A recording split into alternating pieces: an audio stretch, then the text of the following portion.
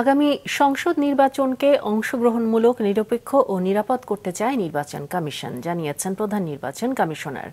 বিগত 3টি নির্বাচনে যারা দায়িত্ব পালনকারী রয়েছিলেন, এবার ভোটে তাদের রাখা হবে না বলে জানিয়েছেন স্বরাষ্ট্র উপদেষ্টা।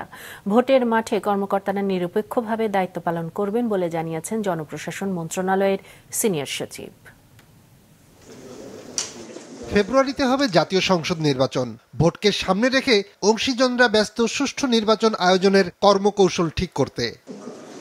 দেশব্যাপী সফরের অংশ হিসেবে দ্বিতীয় দিনের মতো চট্টগ্রামে অবস্থান করছেন প্রধান নির্বাচন কমিশনার। আজ এক মতবিনিময় সভায় ফের জানান, আগামী নির্বাচনকে অংশগ্রহণমূলক, নিরপেক্ষ ও নিরাপদ করতে চায় কমিশন। লুকানো কোনো নির্বাচন দিতে চাই না, রাতের অন্ধকারে ভোট আমরা চাই না। আমরা চাই যে পরিষ্কার পরিচ্ছন্ন, সবার দৃষ্টিগোচর হয় এমন একটা ইলেকশন। সাপ রাতে সেটা অফ হ্যান্ড কোনো জবাব আমি দিতে চাই না যে এটা কমিশন নেওয়ার মতো, এটা ইনক্লুড করার জন্য কোনো সিদ্ধান্ত নেয় নাই।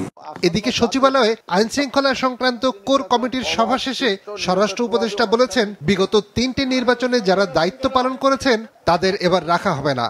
2014, 18 এবং 24 সালে জাতীয় সংসদ নির্বাচনে দায়িত্ব পালনকারী ব্যক্তিদের আসন্ন নির্বাচন যথাসম্ভব তাদের দায়িত্ব থেকে অব্যাহতি দেওয়া। জনপ্রশাসন মন্ত্রণালয়ের সিনিয়র সচিব হিসেবে যোগ দিয়ে মোহাম্মদ এহসানুল হক সাংবাদিকদের জানান, ভোটের মাঠে কর্মকর্তারা নিরপেক্ষভাবে দায়িত্ব পালন করবেন। আমাদের যারা মাঠ প্রশাসন আছে, আমার বিশ্বাস তারা অত্যন্ত নিরপেক্ষভাবে এই দায়িত্ব পালন করবে।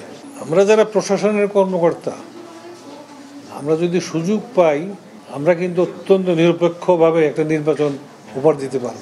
নিরাপত্তা নিশ্চিত করা গেলে নির্বাচনের দায়িত্ব পালনকারী কর্মকর্তারা নিরপেক্ষভাবে দায়িত্ব পালন করতে পারবেন, জানান সচিব। নিয়াজ মোর্শেদ, মাছরাঙা সংবাদ, ঢাকা।